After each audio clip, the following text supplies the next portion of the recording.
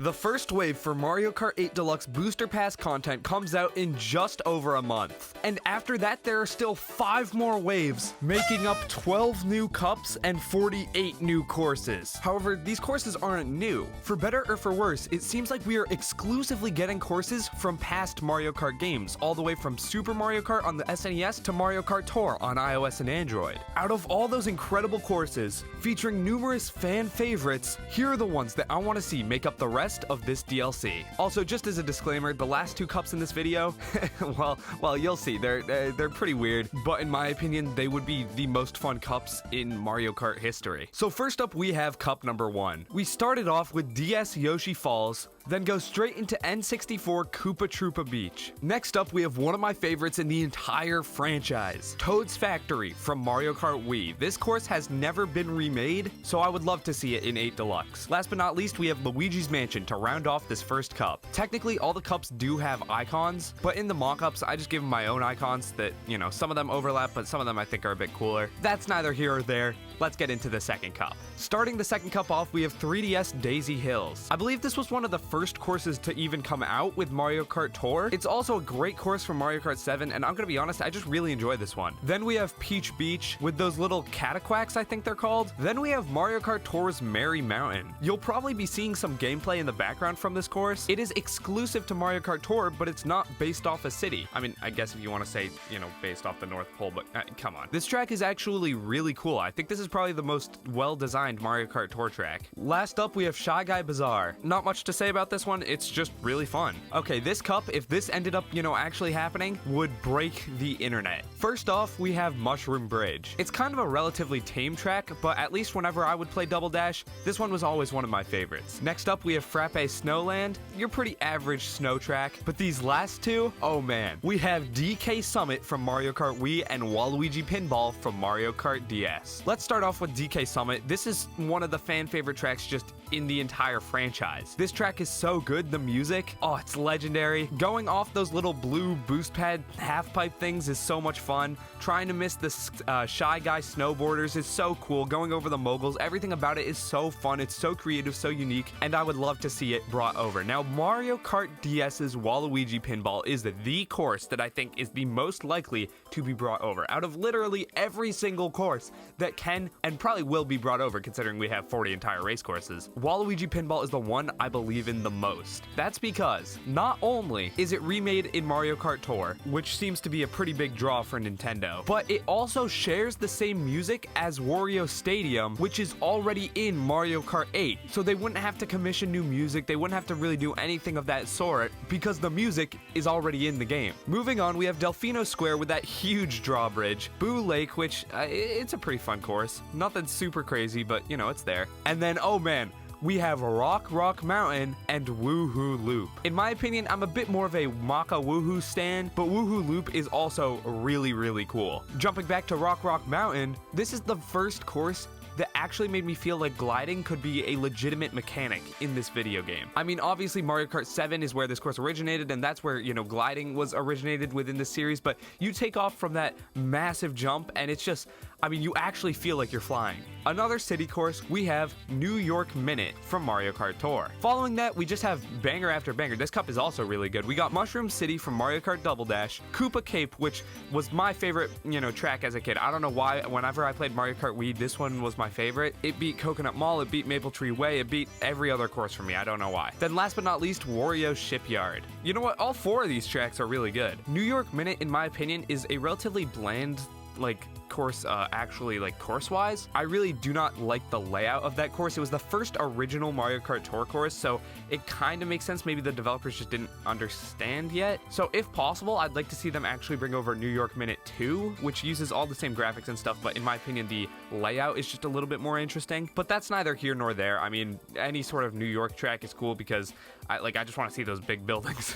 Moving on, we have SNES Vanilla Lake. I just think we need some more SNES courses courses. It sounds weird to even say that, but we really only have like Donut Plains 3 in the base game, also SNES Rainbow Road. But moving on, Wii Daisy Circuit. You know, the more I think about it, Mario Kart Wii courses are just so good. Half of it's nostalgia, obviously, but half of it's just these courses were all really creative. Speaking of really creative, Maple Tree Way, another Mario Kart Wii course. I mean, it doesn't get more creative than this. Like, you're literally getting blasted off into a giant, like, autumn tree. It's a beautiful course. Beautiful until you hit the wiggler, that is. Then it's just, you know, I'm seeing red.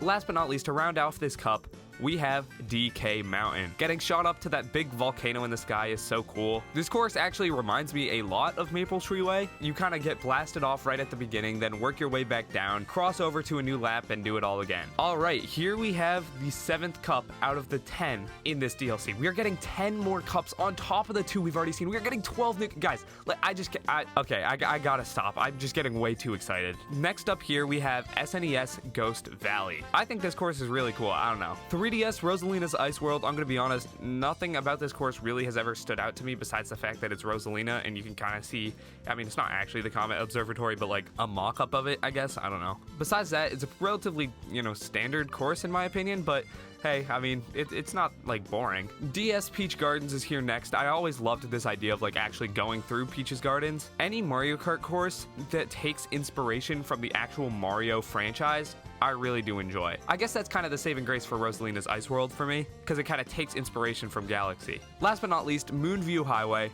Now that I think about it, this course is very similar to New York Minute, except in my opinion, it's just better. They have very similar aesthetics, but Moonview Highway just has a more fun course layout. And there are also a lot of other Mario Kart Tour banger courses that I did not put on this list. So maybe replace New York Minute retroactively with like Vancouver Velocity. I remember that being my favorite one of the city courses when I used to play Tour. Next up, and this is kind of the last real cup, the final 2 cups, well, you'll see. In this cup, we have the courses that I think have always been the most underrated. DK Jungle Parkway. This one was in N64 and also remade on the Wii. I've always really enjoyed this course. That massive boost you get when you're going over the river I thought is super cool. Next up, we have Sunset Wilds. I really was not a fan of Mario Kart Super Circuit, but this was by far my favorite course from that game. Basically, every single lap, the sun is setting and like, you know, the sky starts off with this beautiful orange tint, then it goes to like this pinkish, then by the end of the course, it's like a dark, vibrant purple. I don't know. I really thought this course is beautiful.